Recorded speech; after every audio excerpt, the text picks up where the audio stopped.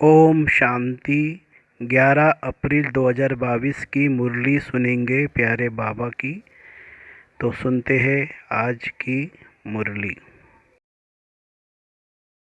मीठे बच्चे, तुम्हारी बुद्धि में सारा दिन सर्विस के ही ख्यालात चलने चाहिए। तुम्हें सबका कल्याण करना है, क्योंकि तुम हो अंधों की लाठी। प्रश्न: उच्च पद पाने के लिए मुख्य कौन सी धारणा चाहिए? उत्तर: उच्च पद तब मिलेगा जब अपनी कर्मेंद्रियों पर पूरा कंट्रोल होगा। अगर कर्मेंद्रियां वश नहीं, चलन ठीक नहीं, बहुत अधिक तमन्नाएं है, हवस है, तो उच्च पद से वंचित हो जाएंगे। उच्च पद पाना है तो माता पिता को पूरा फॉलो करो, कर्मेंद्रिय जीत बनो। गीत है: नयनहीन को राह दिखाओ प्रभु, पग पग ठोकर खाए। ओम शांति। प्रदर्शनी के लिए यह गीत बहुत अच्छा है। ऐसे नहीं प्रदर्शनी में रिकॉर्ड नहीं बजाए जा सकते हैं। इस पर भी तुम समझा सकते हो कि क्योंकि पुकारते तो सब है, परंतु यह नहीं जानते कि जाना कहाँ है और कौन ले जाएगा। जैसे कि ड्रामा अथवा भावी वश भक्तों को भक्ति करनी है। जब भक्ति पूरी होती है तब ही बाप आते हैं। कितने दर दर भटकते हैं, मेले मला खड़े लगते हैं, दिन प्रतिदिन वृद्धि को पाते जाते। श्रद्धा से तीर्थों पर जाना भटकना चलता ही आता है। बहुत समय हो जाता है तो भी गवर्नमेंट स्टैंप आदि बनाती रहती है। साधुओं आदि के भी स्टैंप बनाती है, बर्थडे बनाते हैं। यह सब है रावण राज्य का अथवा माया का भपका। उनका भी मेला मलखड़ा चाहिए। आधा कल्प से तुम रावण राज्य में भटकते रहे, अब बाबा आकर रावण राज्य से छुड़ाए राम राज्य में ले जाते हैं। दुनिया यह नहीं जानती कि आप ही पूज्य, आप ही पुजारी, यह महिमा किसी की है। पहले 16 कला संपूर्ण पूज्य रहते, फिर 2 कला कम हो जाती है तो उनको सेमी कहेंगे। फूल पूज्य, फिर 2 कला कम होने से सेमी पूज्य कहेंगे।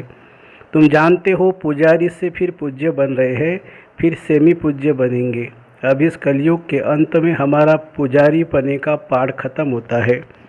पूज्य बनाने के लिए बाबा को आना पड़ता है। अब बाबा विश्व का मालिक बनाते हैं तो विश्व तो यह भी है, वह भी होंगी। वहाँ मनुष्य बहुत थोड़े होते हैं।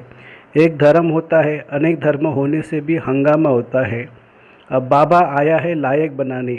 जितना बाबा को याद करेंगे उतना अपना भी कल्याण करेंगे।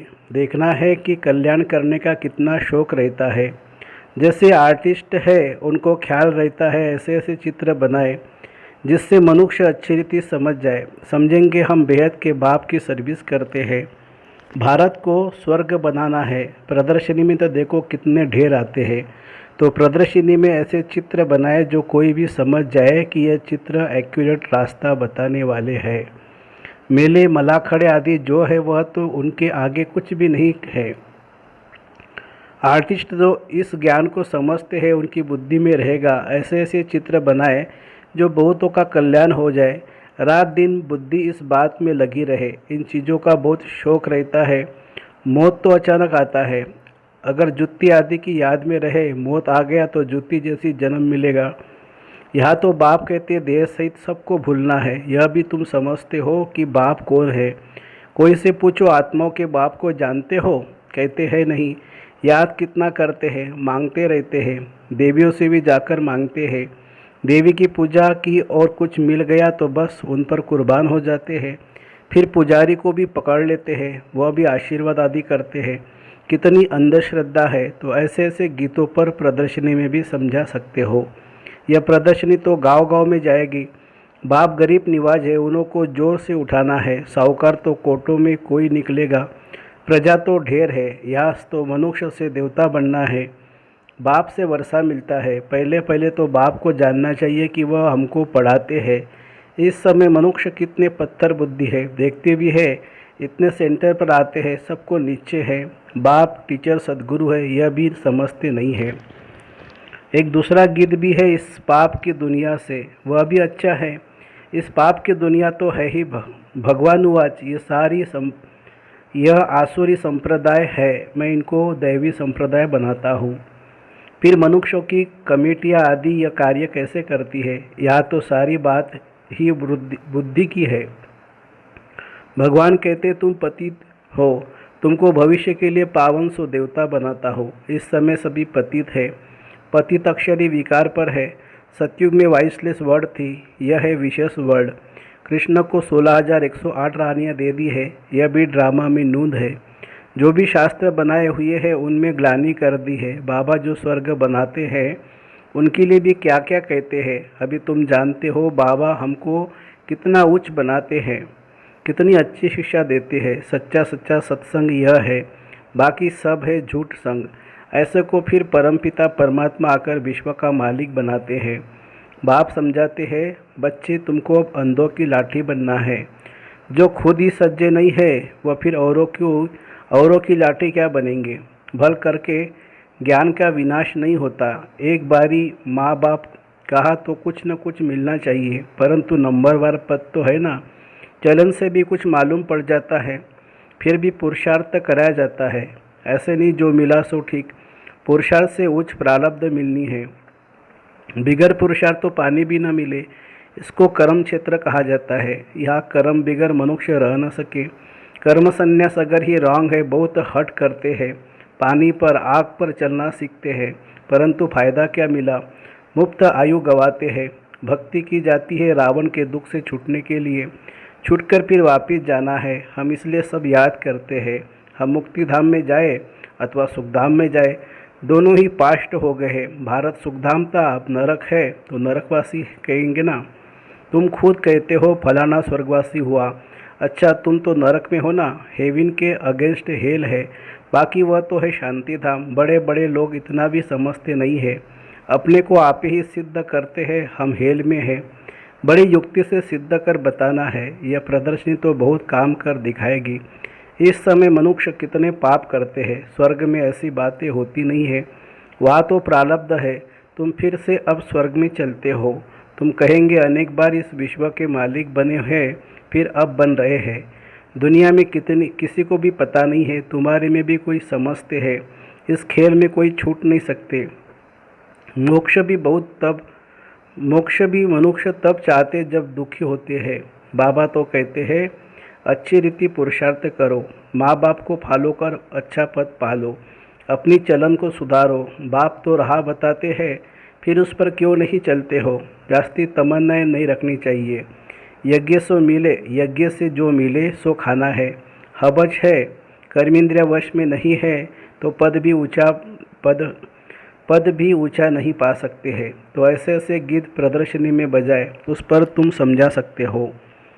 तुम हो शिव बाबा के परिवार, शिव बाबा के ऊपर तो कोई है नहीं और सबके ऊपर तो कोई न कोई निकलेंगे। 84 जन्म में दादा बाबा भी 84 मिलते हैं। शिव बाबा है रचता, अब नई रचना रच रहे हैं, अर्थात पुराने को नया बनाते हैं। तुम जानते हो हम सावरे से गोरे बनते हैं। स्वर्ग में श्री कृष्ण है नंबर 1, फिर लास्ट में उनका जन्म है, फिर यही पहला नंबर बनता है। पूरे 84 जन्म श्री कृष्ण ने लिए हैं। सूर्यवंशी दैवी संप्रदाय ने पूरे 84 जन्म लिए। बाप कहते हैं जो श्री कृष्ण पहला नंबर था उनके ही अंतिम जन्म में प्रवेश कर फिर उनको श्री कृष्ण बनाता हूँ। अच्छा, मीठे मीठे सिकेल दे बच्चों प्रति माता पिता बाप दादा का याद प्यार और गुड मॉर्निंग। रूहानी बाप की रूहानी बच्चों को नमस्ते। हम रूहानी बच्चों की रूहानी माता पिता बाप दादा को याद प्यार, गुड मॉर्निंग और नमस्ते बाबा नमस्ते। धारणा के लिए मुख्य सार, कोई भी विनाशी तमन्नाएं नहीं रखनी है, अपना और सर्व का कल्याण करना है। दूसरी पॉइंट, देह सहित सब कुछ भूल वापस घर चलना है, इसलिए चेक करना है कि बुद्धि कहीं पर भी अटकी हुई न हो। वरदान, नेचुरल अटेंशन को अपनी नेचर आदत बनाने वाले स्मृति स्वरूप भवो। सेना में जो सैनिक होते वह कभी भी अलबेले नहीं रहते हैं, सदा अटेंशन में अलर्ट रहते हैं। आप भी पांडव सेना हो, इसमें जरा भी अलबेलापन न हो, अटेंशन एक नेचुरल विधि बन जाए। कई अटेंशन का भी टेंशन रखते हैं, लेकिन टेंशन की लाइफ सदा नहीं चल सकती, इसलिए नेचुरल अटेंशन अपनी नेचर बनाओ। अटेंशन रखने से स्वतः स्मृति स्वरूप बन जाएंगे, विस्मृति की आदत छूट जाएगी। स्लोगन है, स्वयं के स्वयं टीचर बनो तो सर्व कमजोरियाँ स्वतः समाप्त हो जाएगी। स्वयं के स्वयं टीचर बनो तो सर्व कमजोरियाँ स्वतः समाप्त हो जाएगी। मातेश्वरी जी के अनमोल महावाक्य। याद का ताल्लुक संबंध है ज्ञान से। ज्ञान के बिना याद यथार्थ नहीं रह सकती। पहले पहले मनुष्य को अपनी सुखी जीवन बनाने के लिए कौन सी मुख्य पॉइंट्स बुद्धि में रखनी है? पहले तो यह मुख्य बात समझनी है कि जिस परमात्मा बाप की हम संतान है, उस बाप की याद में हर समय श्वासोश्वास उपस्थित रहे। उस अभ्यास में रहने की पूर्ण रीति में से कोशिश करनी है। अब श्वासोश्वास का मतलब है कि लगातार बुद्धि योग लगा रहे, जिसको निरंतर योग, अटूट, अजपा जाप याद कहा जाता है। यह कोई मुख से जपने वाली याद नहीं है और न कोई मूर्ति सामने रख अब उसका ध्यान करना है, परंतु यह बुद्धि योग द्वारा याद रखनी है। अब वो याद भी निरंतर तब रहेगी जब परमात्मा का पूरा परिचय हो, तभी ध्यान पूर्ण लग सकेगा। परंतु परमात्मा तो गीता में साफ कहते हैं, न मैं ध्यान से न जप से मिलता हूँ और न मेरी सूरत को सामने रख उसका ध्यान करना है। परंतु ज्ञान योग द्वारा परमात्मा को पाना है, इसलिए पहले चाहिए ज्ञान। ज्ञान बिगर याद कायम रह नहीं सकेगी। याद का ताल्लुक है ही ज्ञान से। अब ज्ञान से चाहे मन से कल्पना करे व बैठकर दर्शन करे, अगर उस देखी हुई चीज़ का भी पहले ज्ञान होगा तभी योग और ध्यान ठीक लग सकता है। इसीलिए परमात्मा कहते हैं मैं कौन हूँ, मेरे साथ कैसे योग लगाना है, उसका भी ज्ञान चाहिए। ज्ञान के लिए फिर पहले संग चाहिए। अब यह सब ज्ञान की पॉइंट्स बुद्धि में रखनी है, तब ही योग ठीक लगेगा। दूसरी, सृष्टि आदि कैसे होगी? मनुष्य पूछते कि परमात्मा ने सृष्टि कैसे रची, आदि में कौन सा मनुष्य रचा। अब उसका नाम रूप समझाना चाहते हैं। अब उस पर उन्हों को समझाया जाता है कि परमात्मा ने सृष्टि की आदि ब्रह्मातन से की है। पहला आदमी ब्रह्मा रचा है, तो जिस परमात्मा ने सृष्टि की आदि की है, तो अवश्य परमात्मा ने भी इस सृष्टि में अपना पार्ट बजाया है। अब परमात्मा ने कैसे पार्ट बजाया? पहले तो परमात्मा ने सृष्टि को रचा, उसमें भी पहले ब्रह्मा को रचा, तो गोया पहले ब्रह्मा की आत्मा पवित्र हुई, वही जाकर श्री कृष्ण बनी। उसी तन द्वारा फिर देवी देवताओं की सृष्टि की स्थापना की, तो दैवी सृष्टि की रचना ब्रह्मा तन द्वारा कराई, तो देवी देवता का आदि पिता ठहरा ब्रह्मा। ब्रह्मा से श्री कृष्ण बनता है, वही श्री कृष्ण का फिर अंत का जन्म ब्रह्मा है। अब ऐसे ही सृष्टि का नियम चलता आता है। अब वही आत्मा सुख का पाठ पूरा कर दुख के पाठ में आती है, तो रजो तमो अवस्था पास कर फिर शूद्र से ब्राह्मण बनती है। तो हम है ब्रह्मावंशी, सो शिववंशी, सच्चे ब्राह्मण।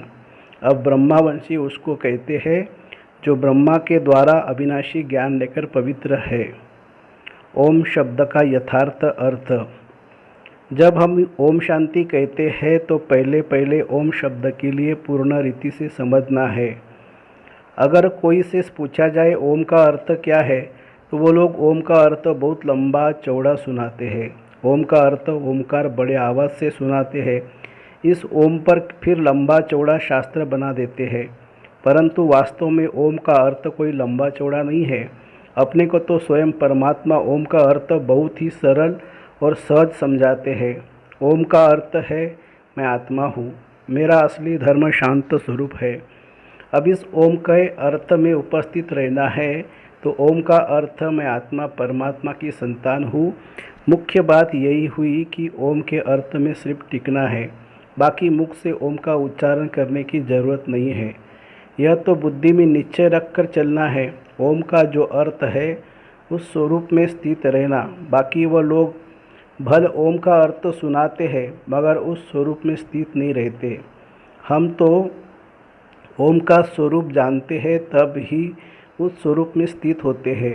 हम यह भी जानते हैं कि परमात्मा बीज रूप है और उस बीज रूप परमात्मा ने इस सारे झाड़ को कैसे रचा हुआ है, उसकी सारी नॉलेज हमें अभी मिल रही है।